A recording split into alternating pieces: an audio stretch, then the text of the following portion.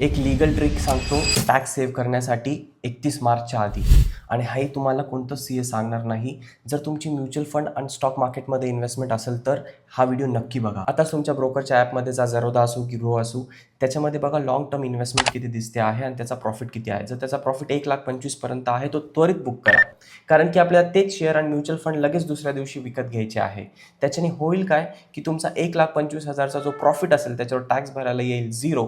आणि next day ज्यावेळेस आपण परत विकत घेऊ तर आपल्याला जी नवीन कॉस्ट येईल त्या नवीन कॉस्टनी येणाऱ्या काळामध्ये जो काही प्रॉफिट असेल तो प्रॉफिट कमी होईल आणि येणाऱ्या काळातही आपल्याला कमी टॅक्स पे करायला येईल. सो ह्याच कन्सेप्टला म्हणतात टॅक्स हार्वेस्टिंग. पण यामध्ये एक ट्रॅप आहे. 31 मार्चला जर तुम्ही विकताय आणि लगेच 1 एप्रिलला जर तुम्ही विकत घेणार तर त्यामध्ये एक प्रॉब्लेम होऊ शकतो. कारण की इथे T+1ची सेटलमेंट आहे.